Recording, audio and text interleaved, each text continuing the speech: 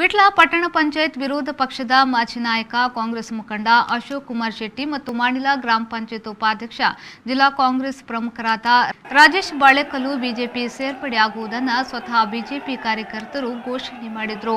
ಕಬಕದಲ್ಲಿ ನಡೆದ ಪುತ್ತೂರು ಗ್ರಾಮಾಂತರ ಬಿಜೆಪಿ ವತಿಯಿಂದ ನಡೆದ ವಿಧಾನ ಪರಿಷತ್ ಚುನಾವಣಾ ಪ್ರಚಾರ ಸಭೆಯಲ್ಲಿ ತಮ್ಮ ಬೆಂಬಲಿಗರೊಂದಿಗೆ ಬಿಜೆಪಿ ಸೇರ್ಪಡೆಗೊಂಡರು.